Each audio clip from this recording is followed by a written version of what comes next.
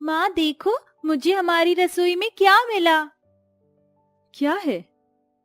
अरे नहीं नहीं चंचल बेटा, इसे वहीं रख दे। माँ ये इतना बड़ा क्या है? ये तेरी दादी माँ का तवा है।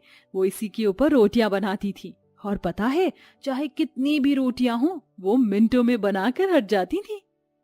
अच्छा माँ, आप भी इस तवे के ऊपर? आ आ आ आ माँ बाहर से ये किसकी आवाजें आ रही हैं? पता नहीं, देखना पड़ेगा।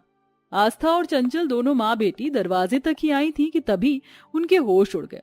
वो करहाने की आवाजें किसी और की नहीं बल्कि आस्था के पति विजय की थी, जिसे दो लोग पकड़ कर ला रहे थे। विजय जी, विजय जी क्या हुआ? आस्था और चंचल दोनों भागती हुई विजय के पास आ गई। बहन, आपके पति मौत के मुंह से बचकर आए हैं। जानती है, एक बड़ी गाड़ी से इनकी टक्कर हुई थी। हे भगवान! आस्था, आस्था।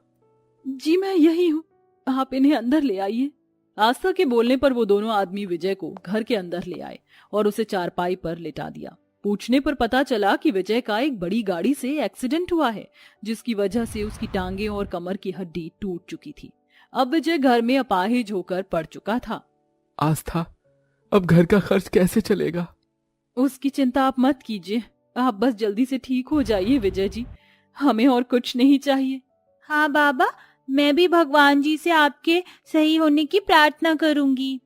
घर में विजय के साथ हुए इस अचानक हादसे से दोनों माँ बेटी बहुत ज्यादा दुखी थी। अब घर में कोई कमाने वाला भी नहीं था, तो आस्था को घर चलाने की भी चिंता खा रही थी।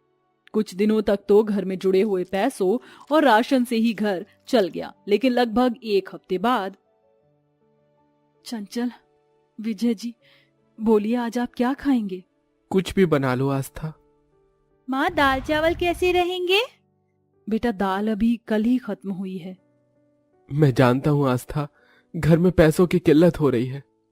अजी ऐसा कुछ भी नहीं है, आप बेकार में ही चिंता कर रही हैं। अरे माँ, आपने कल जब दूध फट गया था तो उससे पनीर बनने के लिए रखा था, अगर वो बन गया हो तो उसी से कुछ बना लीजिए। अरे हाँ, क्या आइडिया दिया है। आज मैं उस जमे हुए पनीर से ही कुछ बना लेती हूँ। आस्था ने प्लेट में देखा तो बहुत ही बढ़िया और ताजा पनीर जमा हुआ था। माँ मुझे आपके हाथों के पनीर के पराठे बहुत ज्यादा पसंद हैं, आप आज वही बना दो। पनीर के पराठे? अच्छा ठीक है।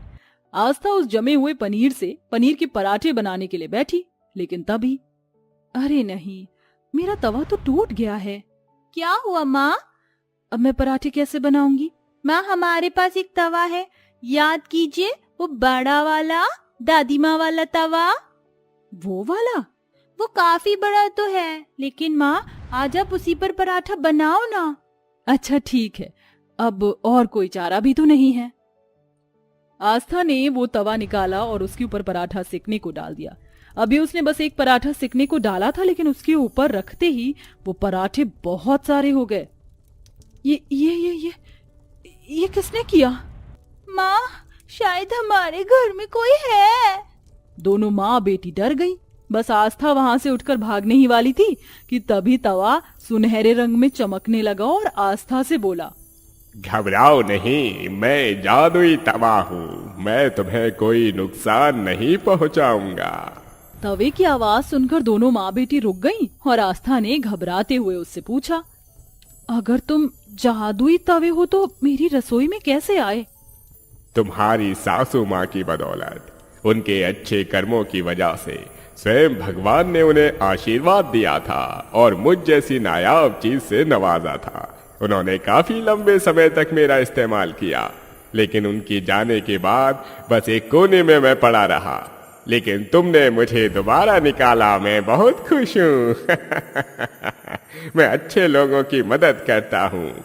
मैं हर खाने की चीज को 20 गुना बढ़ाने की ताकत रखता हूँ। अरे वाह, लेकिन तुम तो बहुत बोलते हो। माँ देखो ना। वो मेरी पुरानी आदत है, लेकिन हाँ एक और बात, मेरा जादू सिर्फ तभी तक सलामत रहेगा जब तक कि मुझे अच्छे काम के लिए इस्तेमाल किया जाए।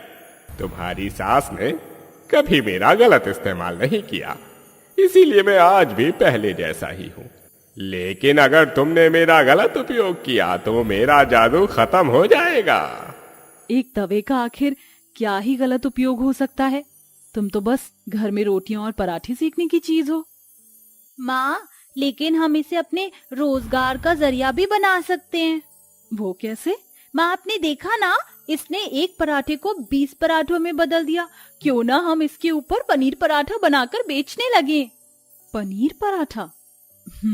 आइडिया तो अच्छा है, लेकिन बेटा बेचने के लिए पनीर कहाँ से आएगा? तुम मेरे ऊपर थोड़ा पनीर डालो, मैं उसे ज्यादा कर दूंगा। लेकिन हाँ, तुम मेरे ऊपर पराठे बनाने के बाद उससे नाजायज फायदा मत उठाना। तुम्हें ये सब कुछ फ्री में मिलेगा तो तुम अपनी कीमतों को काबू में रखना।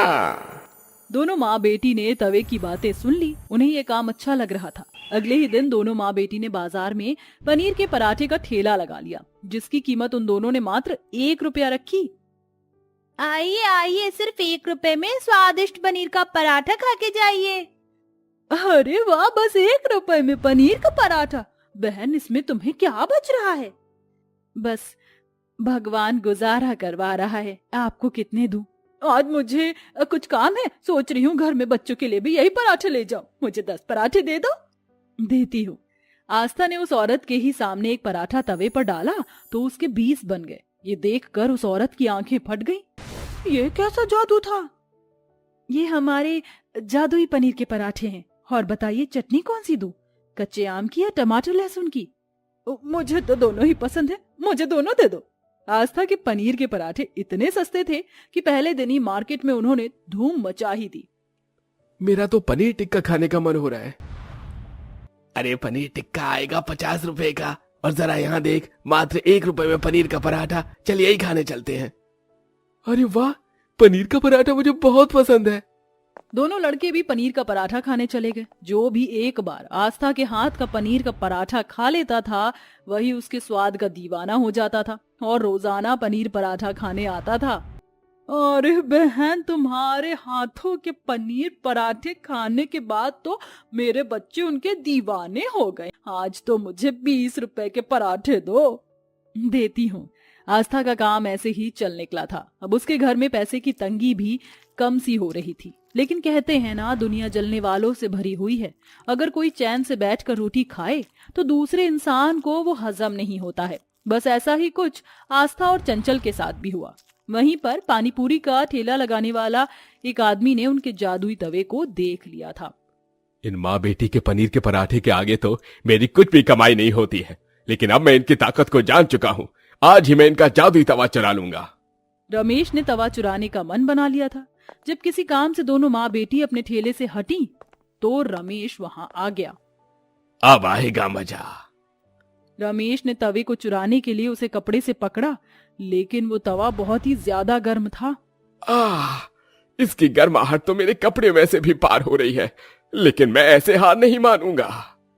रमेश ने तवे को उसके स्टैंड समेत ही उठा लिया, लेकिन तवा इतना भारी हो गया कि रमेश से उसे संभाला नहीं गया और गर्म तवा उसके ऊपर ही गिर गया। अचानक ही रमेश बिदकने लगा।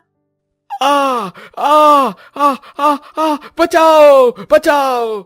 अचानक ही लोगों की भीड़ वहां इकट्ठा हुई। दोनों माँ बेटी भी आ गईं और आस्था ने बिना किसी चीज के सहारे ही अपने तवे को उठा लिया। अरे बहन, ये बताओ, ये इतना भारी तवा तुमने ऐसे कैसे उठाया? भारी?